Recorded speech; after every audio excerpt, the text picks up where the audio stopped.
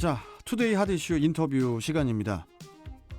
현대자동차가 중고차 판매업 진출을 사실상 공식 선언을 했습니다. 이에 중고차 업계의 반발은 점차 거세지고 있는데요. 이와 관련해서 대림대학교 자동차공학과 김필수 교수 연결해서 자세한 이야기 들어보겠습니다. 자, 김필수 교수님 나와 계시죠? 네네, 안녕하세요. 네, 반갑습니다. 네. 지난 8일이었죠. 현대자동차는 이제 현대차의 중고차 판매업 진출을 공식화했어요. 네. 그간 간접적으로 그 중고차 시장 진출 의사를 드러내다가 결국 의지를 굳힌 건데, 이 네. 현대차가 직접적으로 이 중고차 시장 진출 의지를 드러낼 수 있었던 배경 뭐라고 보십니까, 교수님? 예전부터 그 의견을 많이 피력을 했습니다. 네. 국내에서 이제 가장 중요한 것이 중고차가 중고차만으로 끝나는 게 아니라 3년 이후에 타사 같은 경쟁 차종에 비해서 중고차 가격이 떨어지게 되면은 신차까지도 영향을 줄 수가 있어요. 그러다 보니까 중고차와 신차의 리사이클링이라고 보통 얘기를 해주거든요. 예. 따라서 중고차의 관리를 통해서 신차까지도 영향을 줄 수 있는 이런 여러 가지 데이터 확보부터 소비자에 대한 시스템을 배려하겠다 이런 뜻도 가지고 있고요. 또 중고차 분야가 워낙 시장 규모가 커지다 보니까 예. 그 분야를 놓칠 수는 없다는 이런 인식 제고를 통해서 중고차도 신차와 더불어서 같이 사업 비즈니스 모델로 부각시키겠다 이런 뜻을 가지고 있습니다.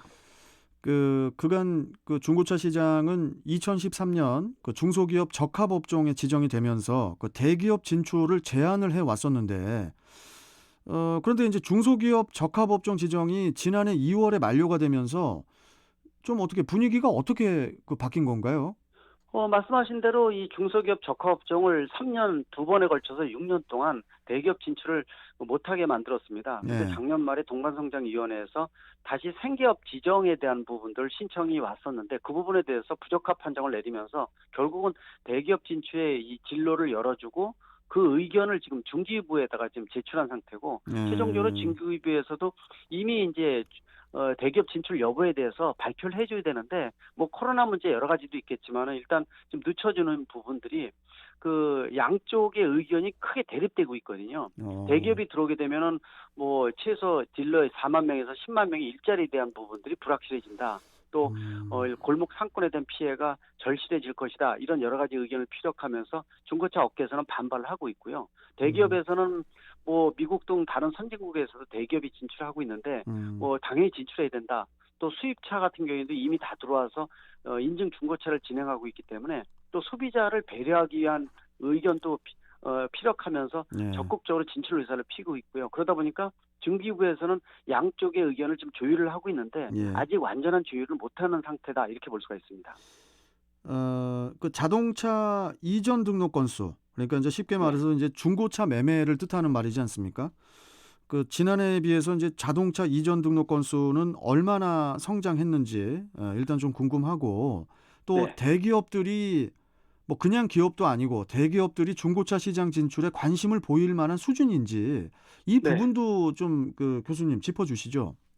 상당히 좀 고민되는 부분입니다. 물론 정부에서 상당히 많이 중고차 분야가 성장을 했다. 이렇게 6년 동안에 그거를 이제 피력을 하고 있습니다. 물론 이미 3만 달러 이상의 국민 소득을 가지고 있으면서 선진국 수준으로 신차가 국내에서 170에서 180만 대가 판매가 되는데요. 네. 중고차 분야는 B2B까지 합쳐서 370만 대, 엄밀하게 B2C 소비자가 사는 이런 차만 생각하면 250, 60만 대인데 시장 규모가 최대 30조 원까지 커져 있거든요. 예. 그래서 선진국 시장의 규모까지 갖추고 있기 때문에 경쟁력 제고가 충분하다, 먹거리가 풍부하다 이런 논리를 이제 많이 피고 있습니다. 그런 측면에서 보게 되면은 대기업이 들어왔을 때 아까도 몇 가지 말씀드렸지만은 일자리 창출 문제라든지 또 골목 상권에 대한 부분들. 그래서 지금 정부에서 추진하고 있는 협약안이 뭐냐면은 대기업이 설사 진출을 한다 하더라도 법적 구속력을 갖고 있는 상생협력안을 어떻게 만들어내서 영역 분문화를 통해서 이윤을 시어한다든지 동시에 그러면서도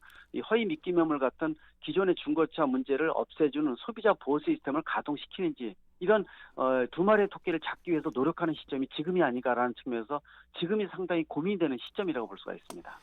자, 지금 제 개인적인 생각 하나 말씀드려도 됩니까? 네네. 교수님? 아마 우리 청취자분들 다 아시겠지만은 수입 자동차들 있잖아요. 네. 뭐 벤츠, BMW, 아우디, 볼보, 폭스바겐, 렉서스 뭐 클라이슬러 할 것 없이 모든 외제차 사이트를 한번 들어가 보시면 거기 정식 중고차 사이트가 따로 이렇게 배너가 돼 있어요. 네. 그러니까 무슨 얘기냐? 수입 자동차 시장 그 회사에서는 지금 다 중고차를 판매를 하고 있는데 네. 왜 굳이 현대에만 이렇게 공격을 하는지 전 이게 제 네. 개인적인 생각입니다. 이 부분에 대해서는 어떻게 생각하세요? 상당히 고민되는 부분이에요. 한 가지 예. 특징적인 걸 말씀드리면 OECD 국가 중에서 하나의 그룹이 시장을 신차 점유율을 7, 80% 갖고 있는 나라는 대한민국이 유일하거든요. 그만큼 이제 신차가 그렇군요. 그렇게 독점적인 상태인데 중고차까지 아, 독점을 가게 되면은 사실 가격에 대한 어떤 긍정적인 부분들은 상당히 어렵다. 특히 수입차 아까 말씀하셨지만은 다 인증 중고차를 많이 진행을 하고 있는데 그렇죠. 상대적으로 가격이 많이 올라가 있어요. 예, 예. 자기네 차를 관리를 하면서 그러니까 소비자 입장에서는 싸고 좋은 차를 구입할 수 있는 이런 기회는 없어지고 그러니까 물건을 음, 사는데 오직 백화점 물건만 있고 재래시장 물건은 없는 거죠. 그런 부분들 또 말씀드린 대로 신차를 독점을 하고 있는데 중고차까지 독점할 수 있는 시장을 주게 되면은 뭐 가격에 대한 경쟁이라든지 또 시스템에 대한 부분들은 상당히 어렵지 않느냐 이런 음, 의견도 많이 피력하고 있어서 이 부분이 또 고민된다고 보고 있습니다. 그렇군요. 자, 그래서 이제 뭐 찬성하는 여론과 또 반대하는 여론이 지금 팽팽히 맞서는 그런 분위기인데 이 네. 각 여론은 어떤 주장들을 펼치고 있습니까? 지금 제일 중요한 부분들이 이제 현대차 입장에서는 중고차 중에서 5년 이내의 차만 이제 거래를 하겠다 이렇게 얘기를 지금 하고 있습니다. 예, 예. 근데 실제로 중고차 중에서 핵심 역량이 5년 이내의 중고차거든요.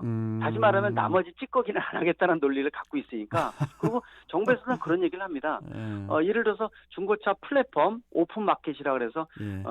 시스템 플랫폼만 제공을 해주고 실제로 안에 들어와서 장사는 개인이나 조그만 중소기업이 들어와서 하게 되면은 이 자동차 제작사 입장에서는 각종 데이터부터 또 중고차를 관리를 할 수 있는 이런 부분이 되고 또 일반 개인이나 중소기업은 들어와서 이윤을 쉐어할 수 있는 부분이니까 상생 모델이 되지 않느냐 이렇게 지금 얘기를 하고 있는데 음, 아마 그런 부분들을 대기업에서 과연 비즈니스 모델을 놔두고 플랫폼 조성만 하는 것을 찬성할 것인지에 대한 이런 것들이 이제 미묘하다는 겁니다. 왜냐하면은 비즈니스 모델을 들어와서 서로가 네 거 내 거 싸우게 되면은 답이 나올 수는 없거든요. 그렇죠. 그런 예. 측면에서 더더욱이 지금 대기업 진출에 대한 부분들을 적극적으로 수용하는 고민도 좀 있고요. 또 말씀드린 아, 지금 정부가 가장 크게 포인트를 잡고 있는 게 일자리 창출인데 아, 과연 열어줘서 최대 10만 명에 해당되는 일자리가 흐트러진다면은 그렇네요. 이걸 그렇네요. 열어주는 명분이 또 예, 없거든요. 이런 예. 거를 절묘하게 조합을 시키는 것이 숙제라고 볼 수가 있습니다. 참 정부에서도 되게 고민이 많을 것 같은데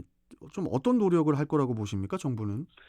결국은 상생 협력안을 얼마만큼 상생 모델을 만들어내느냐가 관건으로 보고 있습니다. 예, 조금 아까 여러 가지 현안을 말씀드렸지만은 실제로 비즈니스 모델이 시장이 점차 중고차 시장이 커가는 건 예, 사실이거든요. 예. 중고차 자체가 차만 판매되는 게 아니라 안에 들어오게 되면은 진단평가, 정비, 광택, 세차 또 탁송에 이르기까지 그렇죠. 여기다가 이제 이 중고차 활부라는 큰 그림도 있기 때문에 이게 다 비즈니스 모델들이거든요. 음, 이런 모델들을 얼마만큼 시어해 주느냐에 대한 부분들이기 때문에 아마 좀 선진국의 사례를 좀 벤치마킹 해야 되지 않느냐. 어, 미국과 이 독일 이런 여러 가지 선진국들이 대기업은 열어줬지만은 시장 점유율이 그렇게 높지는 않습니다. 예, 쉐어한다는 거 상생 그림이 있다는 거거든요. 이런 음, 그림들을 좀 적극적으로 한국형 선진 모델이 안착될 수 있는 그림이 절묘하게 좀 나와야 되는 게 또 정부의 입장, 또 양쪽의 입장이 아닌가 이렇게 보고 있습니다. 알겠습니다. 자, 앞으로 중고차 시장의 분위기가 또 어떻게 변할지 계속 좀 지켜봐야 할 것 같습니다. 네. 자, 오늘 말씀 교수님 잘 들었습니다. 고맙습니다. 네, 감사합니다. 예. 자, 지금까지 대림대학교 자동차공학과 김필수 교수와 함께 이야기 나눠봤습니다. 자, 이제 통신원 연결해서 교통 상황 알아